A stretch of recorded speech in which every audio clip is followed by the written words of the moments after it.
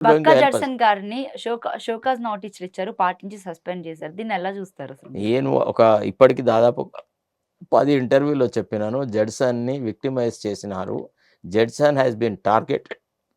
ఒక పద్ధతి ప్రకారంగా జడ్సన్‌ని కాంగ్రెస్ పార్టీలో నుంచి బయటకు చేసింది పంపించారు. రేవంత్ రెడ్డి గారే అని చెప్పేసని ఆయన బహిరంగంగా చెప్తున్నారు మరి. ఇక అది ఆయన perception. I don't know. I don't have any such information that Revanth Reddy took personal interest to see that Judson is out. Right. ఇంకా మీరు అయితే కూడా ఆ ఇంతలా రకమైన కాంగ్రెస్ వాదిగా మాట్లాడుతున్నారు. మరి మీకెందుకు ప్రత్యేక స్థానం అనేది కల్పించలేకపోయింది కాంగ్రెస్ పార్టీ? నాకు అవసరం లేదు. నేను ఓకే. పోయి అడుక్కోలేదు. ఇవాళ రేపు అడుక్కుంటే తప్ప అడగంది అమ్మైనా అన్నం పెట్టదంటారు. హ్మ్. నేను ఏ క్యారిడార్‌లలో తిరగలేదు. నాకు ఈ పోస్ట్ అడగాల్సిన కావాలని. అడగాల్సిన అవసరం మీకేముంది? వాళ్ళెందుకు గుర్తించట్లేదు అంటున్నాను నేను. అరే! సమయం వచ్చినప్పుడు గుర్తిస్తారా? ఇంకేమైందమ్మా? మొన్ననే కదా ప్రభుత్వం వచ్చేసేసి 3 నెలలు అయింది. ఇంక అప్పటికే మొత్తం కంప్లీట్‌గా మొత్తం జీవితమే క్లోజ్ అయిందా? అయినా నాకంటే యోగ్యులు లేరా కాంగ్రెస్‌లో? వాళ్ళకొస్తదేమో. We will be very happy. ఎందుకంటే ఒక విధంగా కాంగ్రెస్ పార్టీ ఈ రోజు అధికారంలోకి వచ్చిందంటే బికాస్ ఆఫ్ శరత్ కుమార్ గారని చెప్పొచ్చు. ఎందుకంటే మీ మాట అనేది ప్రజల్లో చాలా గట్టిగా వెళ్ళింది. అలాంటిది అనేది ఒక చిన్న అది మాట కూడా ఉంది అంతే. ఇప్పుడు అంతకు నన్ను మించి ఇంకొకటి కాదు. గుర్తించలేరు అనే భావన నాకు లేదు.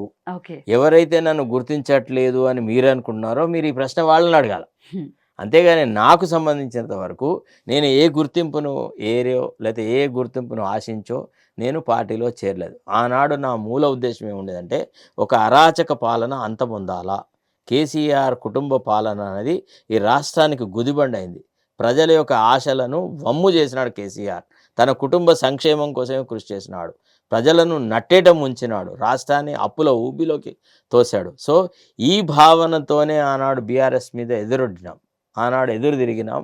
ఆనాడు ప్రతిఘటన చేసినాం, కొట్లాడినాం. సరే, కేసీఆర్ పాలనతో పోల్చుకుంటే రేవంత్ రెడ్డి పాలన గురించి మరి ఏం చెప్తారు?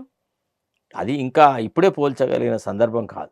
ఎందుకంటే 3 నెలల్లో పడనే రేవంత్ రెడ్డి పాలనను 10 సంవత్సరాల 9.5 సంవత్సరాల కేసీఆర్ పాలనతో పోల్చి మాట్లాడడం అనేది రాజకీయంగా అది అవివేకమైంది. జర్నలిస్టిక్‌గా అట్లా ఎవరు ఎనాలిసిస్ చేయలేరు. కాకపోతే ఒకటి మాత్రం ఉంది. ఎంతైతే వడిగా, వేడిగా, ఎంతైతే చురుకుగా పాలన సాగాలో అంత సాగడం లేదు.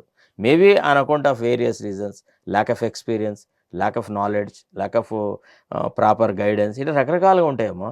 ఎప్పుడు కూడా ఆలోచించుకోండి, రాజకీయాలలో డైరెక్ట్‌గా ముఖ్యమంత్రి పదవికి పోయిన వాళ్ళు ఎవ్వరు కూడా డే 1 నుంచి సక్సెస్ అయిన వాళ్ళు ఎవ్వరు లేరు. We have seen people who have become directly chief minister. NT రామారావుని చూసినాము, తర్వాత రేవంత్ రెడ్డి గారిని చూసినాము. ఇట్లా కొంతమంది డైరెక్ట్‌గా ముఖ్యమంత్రులు అయిన వాళ్ళు చాలామంది చూస్తున్నారు. Except Arvind Kejriwal. In the contemporary history, nobody who has become a chief minister directly had ever performed well.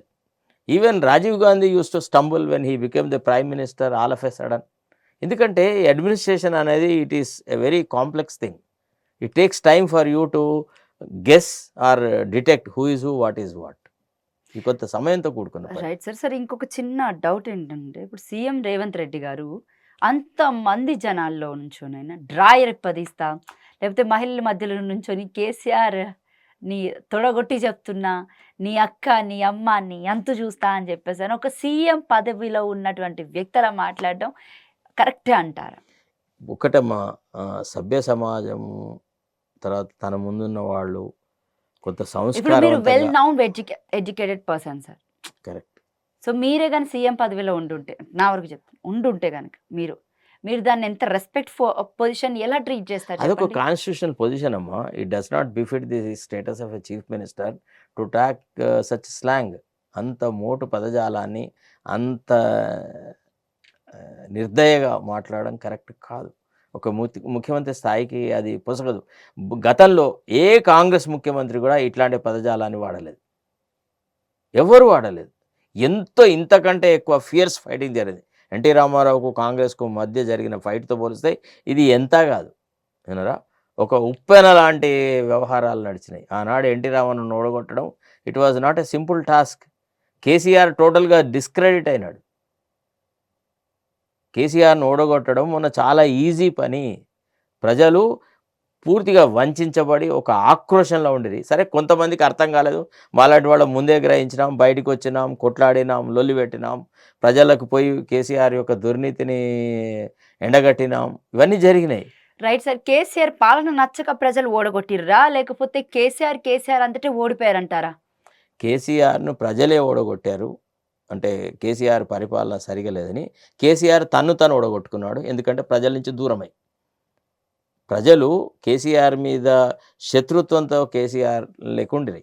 కేసీఆరే తనకెవరైతే మేలు చేశారో, ఏ వర్గాలైతే తనకు అండగా నిలబడ్డాయో వాళ్ళందరినీ గాలికి వదిలెట్టేసేసి తన కుటుంబ సంక్షేమం మీదనే పూర్తిగా శ్రద్ధ వహించడము. తర్వాత కులతత్వాన్ని పెంచి పోషించడం. ఇది చాలా అన్యాయం జరిగింది. కేసీఆర్ తన రాజకీయ ప్రత్యర్థుల పట్ల గానీ, తన రాజకీయ సహచరుల పట్ల గానీ చూపెట్టినటువంటి తేలిక భావన, ఏహ్యమైన భావన, అసలు నేను తప్ప ఎవడికి తెలివే లేదు అనేటువంటి ఒక దురహంకారం. తర్వాత పోలీస్ యంత్రాంగాన్ని టోటల్‌గా తన స్వప్రయోజనాలకు వాడుకోవడం.